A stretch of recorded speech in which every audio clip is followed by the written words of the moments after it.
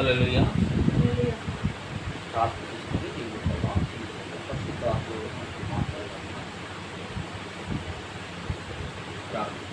పరిశుద్ధాత్మ దేవ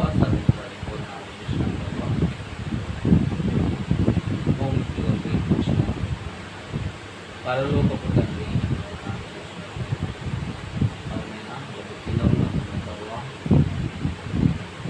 చూడలేము నాటికి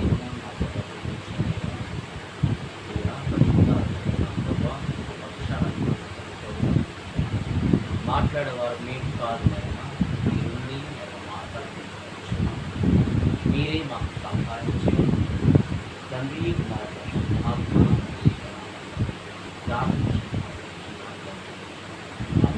తండ్రి కుమార పరిశుద్ధ దేవునికి నామం మహిమకరం కాక.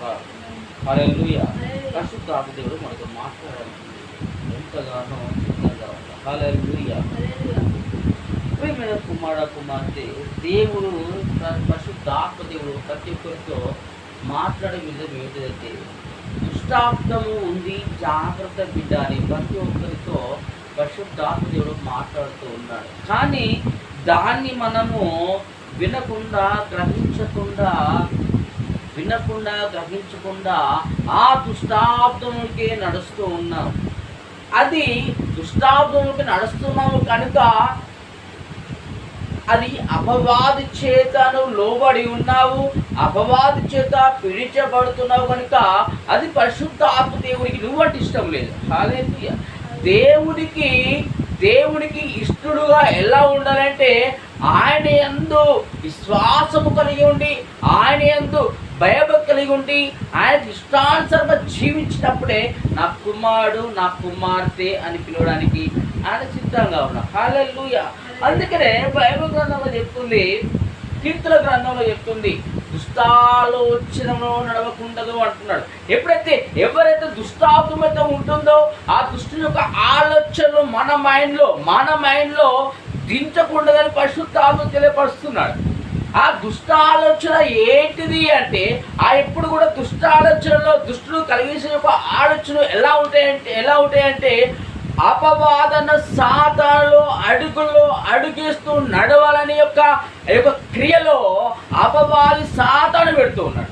ఆ అపవాది సాతాను పెడుతున్నాడు కనుక అప్పుడు ఏం చేస్తున్నామంటే ఈ యొక్క లోకానుసారంగా సంబంధించిన ఏం తిందుమో, ఏం తాగుదుమో, ఏం ధరించుకుందాము, ఇక సుఖభోగాలు అందించడానికి అపవాదన సాతాను పెడుతూ ఉన్నాడు కనుక ఆ యొక్క దుష్టాలోచనకే నడుస్తూ ఉంటున్నా. అందుకనే అంటున్నాడు కీర్తన గ్రంథం 1:1 దుష్టుల ఆలోచన చొప్పున నడవక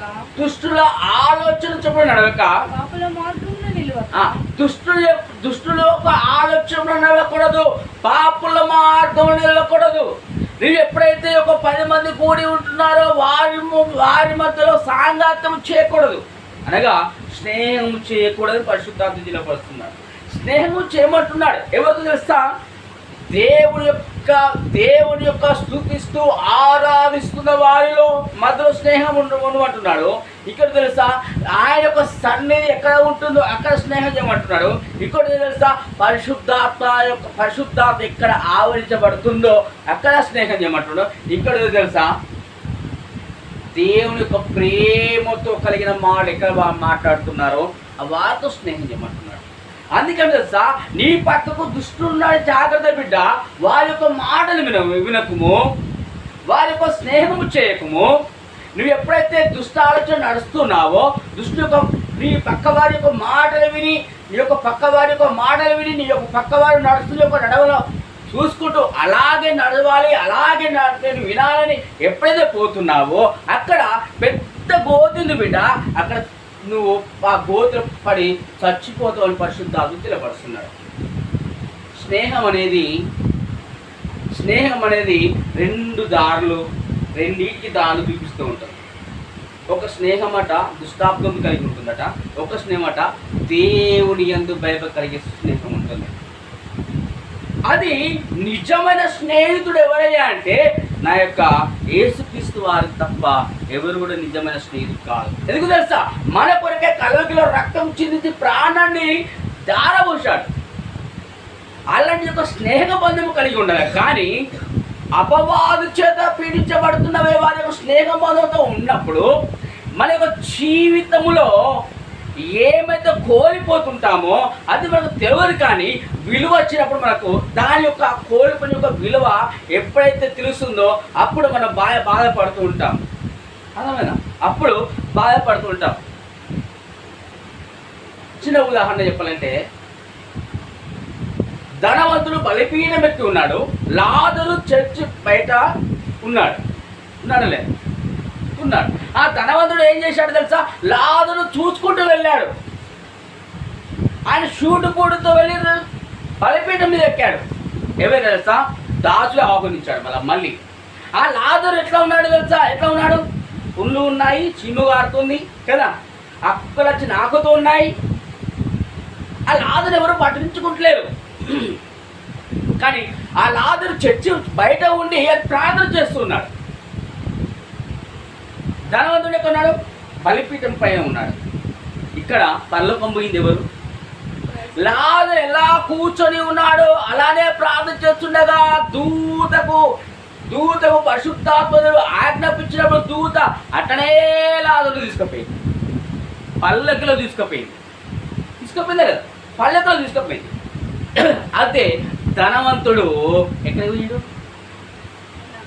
ధనవంతుడు నరకంలో. ధనవంతుడు ఇంకెవరు తెలుసా? ధనవంతుడు ఆహ్వానించిన దాచు కూడా నరకంలో. అర్థమైందా? ఎవరినైతే ప్రేమించాలో, ఎవరిని ప్రేమించాలో, ఎవరి మర్యాద చూసుకోవాలో, ఎవరైతే గౌరవించుకోవాలో అది దేవుడు చెప్తున్నాడు. పరిశుద్ధ గ్రంథంలో ప్రతి ఒక్క గ్రంథంలో ప్రతి ఒక్క మాట రాయబడి ఉంది. దాన్ని అనుసరించి నడుచున్న వారి యొక్క జీవితం తెలుసా? లాజరు జీవితము పరలోక రాజ్యంలోకి ఎట్లా ఉంది తెలుసా? అక్కడ ఎట్లా సంతోషమైన జీవితం ఉందట. ఇక్కడ అపవాది చేత పీడిస్తూ, అపవాది యొక్క మార్గంలో నడుస్తుంటూ, దుష్ట మార్గంలో నడుస్తుంటూ, దుష్ట స్నేహము చేస్తూ ఉంటూ నీవు లోకానుసారమైన యొక్క జీవితం ఉన్నట్టయితే, ధనవంతుడు నరకంలో కాలిపోయి ఉన్నాడు. అక్కడ ధనవంతుడిగా దాహం అవుతే లాజరు పర్మిషన్ అడిగింది. అక్కడ ధనం అడిగింది లేదా?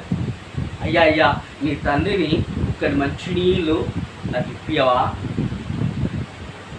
ఇప్పుడు చెప్పిన మాట వినకపోతే, దేవుడు చెప్పిన మాట వినకపోతే, దాసుడు చెప్పిన మాట వినకపోతే అదే గతి, అదే పరిస్థితి.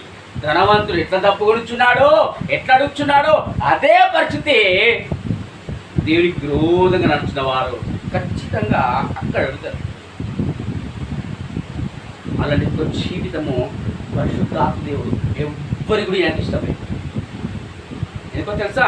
ఆయన చేతుల చేత చెక్కబడ్డ వారము కనుక, ఆయన కుమార్తెలము కనుక, ఆయన సొత్తు అయి ఉన్నాము కనుక, ఆయన నా ప్రియమైన కుమారుడా అని పిలవడానికి సిద్ధంగా ఉన్నాడు కనుక ఆ పిలుపుకు దూరమై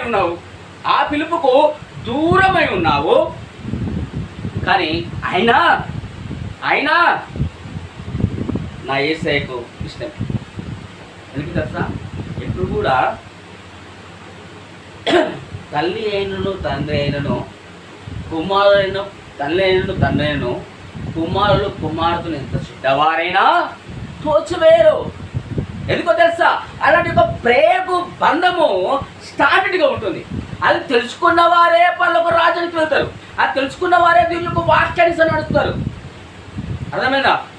తల్లిని తండ్రిని సన్మానించకపోతే నరకము తప్పదంతే.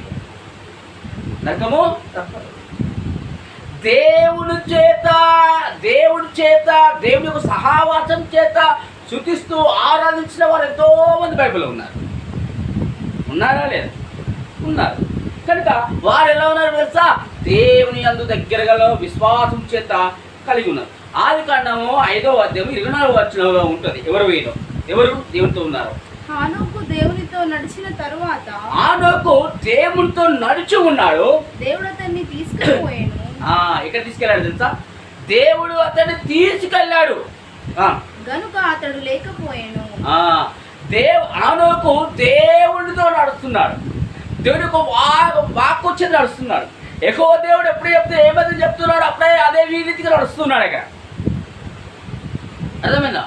దేవుడు పరిశుద్ధాత్మ ఏ వాక్యతే వివరించాడో, ఏదైతే విడుదల చేశాడో అదే మాటలు అనోకు నడుస్తూ ఉన్నాడు. ఇప్పుడు ఎక్కడ ఉన్నాడు తెలుసా? దేవుని యందు ఉన్నాడు. అలాంటి ఒక జీవితము, అలాంటి ఒక కృపను, అలాంటి ఒక సమాధానము, అలాంటి ఒక శాంతిను పరిశుద్ధాత్ముడు ప్రతి ఒక్క మానవునికి ఇచ్చి ఉన్నాడు. దాన్ని అందుకోలేక మన చేయి అంత పురుషై ఉంది. ఎందుకు తెలుసా? మనలో ఉన్న అపవాదికి లోకానుసారమైన జీవితం మనకు కావాలి కదా.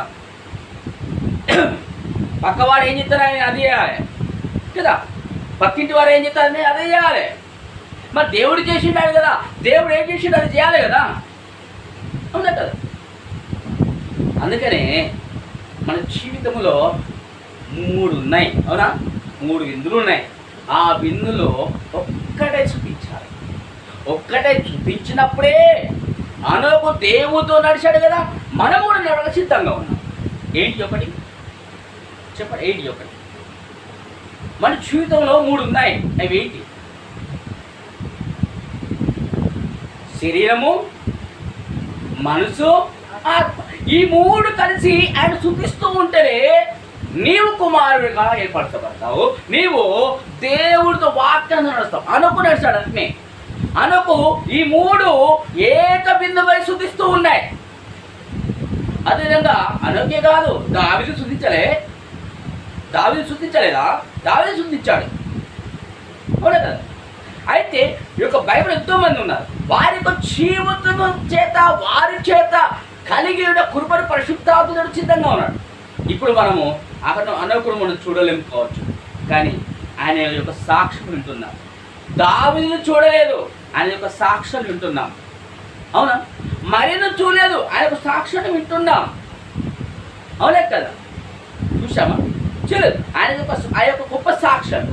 ఎలిజబెత్ను చూడలేదు, కానీ గొప్ప సాక్ష్యాలు వింటున్నాం. కానీ వాక్యానుసారంగా జీవించిన వారు, దేవునికి ఒక నమ్మకంగా జీవించినప్పుడు, వాక్యము హృదయంలో నాటబడి పరిశుద్ధాత్మ యొక్క అభిషేకము పొంది, ఆకాశం నుండి పర్వతము నీవు తలపైన అగ్ని పర్వతం కుమ్మరించబడ్డప్పుడు, దేవుడు నా కుమారుడా, నా కుమారుని పిలుచుకున్నప్పుడు, అప్పుడు పల్లపు రాజ్యంలో వారిని చూస్తాం. మన పితరులను ఎప్పుడూ చూడలేమండి, కానీ అక్కడ మనం చూస్తాం. మన పితరులు చేసిన గొప్ప కార్యాలు ఎన్నో ఉన్నాయి, కానీ దానికి మనం ఏం చేస్తాం? ఇప్పుడు విరోధముగా మారిపోయింది. అది దేవునికి ఇష్టము లేదు. అందుకే అంటున్నాడు కదా, నా కుమారుడిని పిలవడానికి సిద్ధంగా ఉన్నా, కానీ మీ చెవులు మందమై ఉన్నాయి. చెవులు మందం తెలుసా? ఆపవాదన యొక్క సాతాను ఈ చెవుల్లో ఏం పెట్టాడు తెలుసా? సీసం పోసాడు. ఆ సీసమును పగలగొట్టి తీయడానికి ఆకాశంలో అగ్నిపర్వతం దిగాలి అంతే. మళ్ళా ఏ మానవుడు అలా కూడా కాదు. అందుకే దేవుడు అనూపు ఎలా దేవుడితో నడిచాడు, దేవుడే తీసుకెళ్ళాడు, అవునా? అందుకే అంటున్నాడు, ఆత్మ ఏడు వచ్చిందో ఆడికి. అదే ఆదికాండము 5వ అధ్యాయం 22వ వచనం. హనోకు మోతుషేలును కనిన తరువాత 300 ఏళ్ళు దేవునితో నడుచుచు. ఎంత? 300 ఏళ్ళు దేవునితో నడిచాడు. కుమారులను కుమార్తెలను కనెను. అక్కడ ఒక కుమారుడు కుమార్తె అని చెప్పింది, అక్కడ చెప్పలేదు కదా? కుమారులను కుమార్తెలకు అన్నాడు. అక్కడ దేవుడితో నడుస్తూ ఉన్నాడు, ఆశీర్వాదం వచ్చింది అక్కడ, అవునా కదా? అక్కడ 2 ఉన్నాయి. శరీర ఆశీర్వాదం వచ్చింది, ఆత్మ సంబంధించిన ఆశీర్వాదం వచ్చింది, అవునా కదా? శరీర యొక్క ఆశీర్వాదములు వచ్చినాయన్నయో ఈ లోకములో ఉంటున్నాయి, ఈ మట్టిలో కరిగిపోతాయి. ఆత్మ సంబంధించిన యొక్క ఆశీర్వాదము దేవునితో నిలబడుతుంది. ఈ వర్షం తలారమ్మ పరలోక రాజ్యంలో నీ కొరకు నా కొరకు మంచి మిద్దెలు కట్టాడు. ఈ మిద్దెలు వేసి ఇక్కడ వేయట్లేదు, కానీ ఆ మిద్దెలు సంపాదించుకోవాలంటే అనవకు ఎలా దేవునితో నడిచాలో అలాంటి జీవితం, అలా కృప మనలో కుమ్మరించబడాలి. అదే ఆదికాండము 6:9. నోవాహు వంశవళి ఇదే. నోవాహు నీతిపరుడు, తన తరములో నిందరహితుడై ఉండెను. నోవాహు దేవునితో కూడా నడిచిన వాడు. నోవాహు కూడా దేవునితో నడిచాడు. నోవాహు కూడా నిందలు వచ్చాయి, రాలేదా? వచ్చినా లేదా?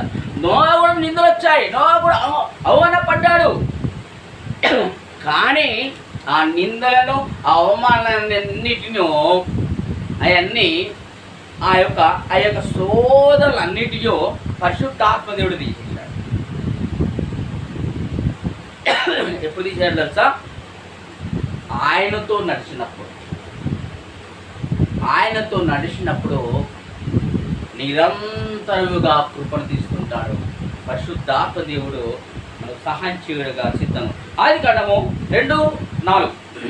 దేవుడైన యెహోవా భూమిని ఆకాశమును చేసిన దినమందు, దేవుడైన యెహోవా భూమిని ఆకాశమును సృజించిన దినమున, భూమి ఆకాశమును సృజించబడినప్పుడు వాటి ఉత్పత్తి క్రియలు ఇదే.